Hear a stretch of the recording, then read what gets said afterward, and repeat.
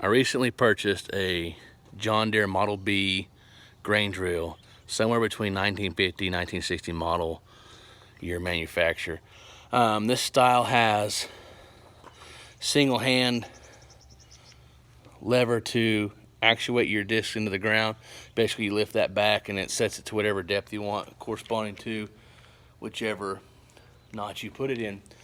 This is not powered, it's pull driven, chain gear driven, turns everything. Got a good deal on it.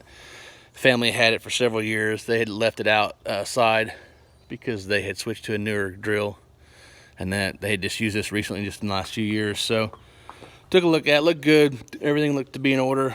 Made the purchase, pretty pleased with it. Got it in here last week and just started cleaning it. Started working on this, the gentleman that owned it. He was one of the few believers that keep it oil, keep it greased, it'll run forever. And I mean, for the year, it's not in bad condition. So he had kept it pretty good. I did a lot of grease scraping, a lot of cleanup zerks, a lot of lubrication, a lot of oil, grease. Box is in pretty good shape. Heart and soul of this thing here. It's actually got the oats agitator, because planting a lot of oats, they start to cake up, mound up on you before they ever get down, so that helps agitate that and keeps that broke loose. Yeah, here's your notch indicator, how many pounds per acre for what you're planting, so you notch it in there and figure out where you want to be, whatever works best for you. This is the seed chart. Kind of duplicates this a little bit, but gets a little more in depth on how to actually actuate your gates, how to figure your row spacing and all that kind of stuff. So also working on replacing the rear buggy board, or whatever they call them, suicide tails, whatever. Only had one chain for the drag, for the cover, so they're all gone. I got to replace those. Putting on 4 new discs. Going to put in all new scrapes. Got some seals. 13-inch discs, by the way, if you end up with one of these.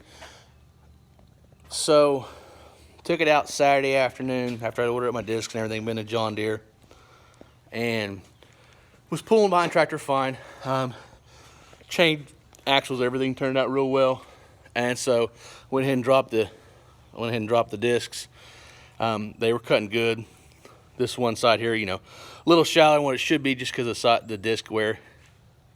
And so I went ahead and actuated the drill feed. So as you can see, that big sprocket in there rides on, and then there's this square tube rod, and then there's the funnels for the seed. And those are your gates in there, and then these sprocketed pieces, that's your feed, that's what you're rolling, that's a stopover. So just a little bit of seed would come out now. If you gauge that all the way over, it would be wide open basically. So as I was engaged this, it started bucking and popping. Stopped it, checked it, couldn't figure it out. Started again, bucking, pop again. Well, stopped doing all that because I knew something was not good if it was bounding up. Brought it in, checked on this side first. Well, I had a gear in there, broke some teeth off, and so pulled it off. As you can see, broke 3 teeth. So started working clean at it. I'm getting that thing pulled off. It goes right in there on your hanger arm. And so I was working this side. Well, back in behind that plate, hanger arm plate, there is the pivot plate. Well, it's not supposed to look like that.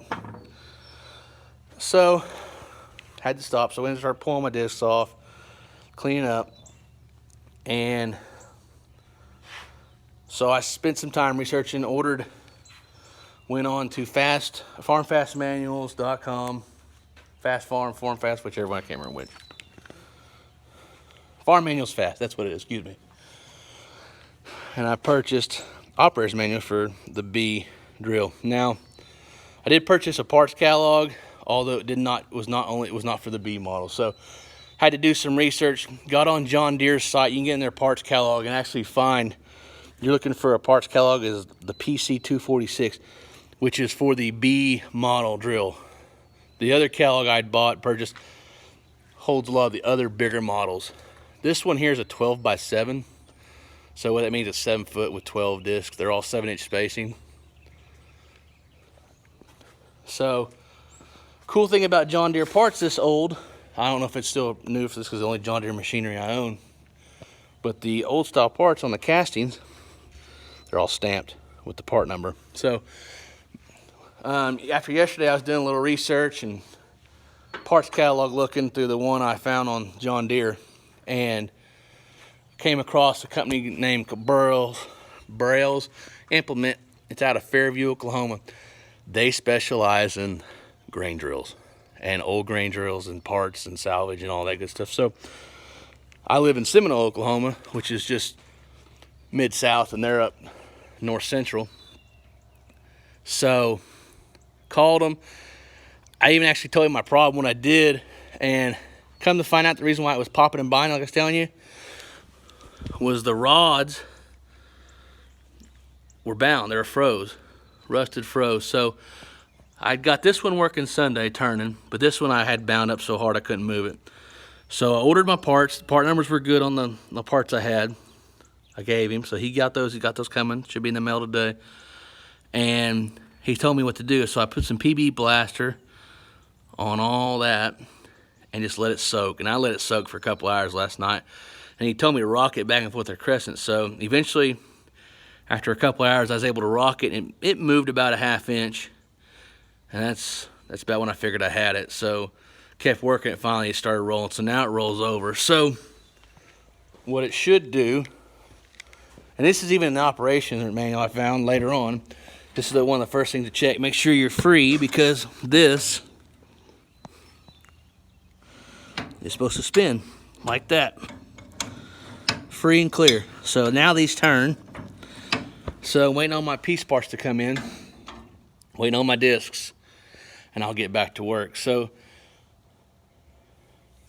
on this, and the reason why I'm making this video is because I searched high and low on the internet for this thing.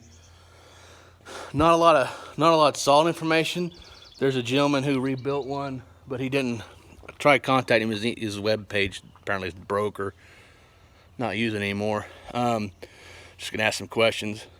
A lot of this paint you see, especially that acre meter, I was able to take off with a wire wheel all the dirt and grime and grain dust and rust, surface rust, and got down the original John Deere paint. I have not painted anything on this. It's all original. So it amazed me that the paint has lasted as long as it has. I mean, of course, you know, different era of manufacturing, obviously. You know, we're talking 60 plus years ago. You know, and if you're mechanically inclined, I mean, this isn't hard. It's really simple manufacturing, and it's real simple engineering and mechanics. It's all gear, chains, sprockets, and gears. So, and springs. I mean, so there's nothing really, you know, super technical on this. So you should be able to figure it out, be able to work on it.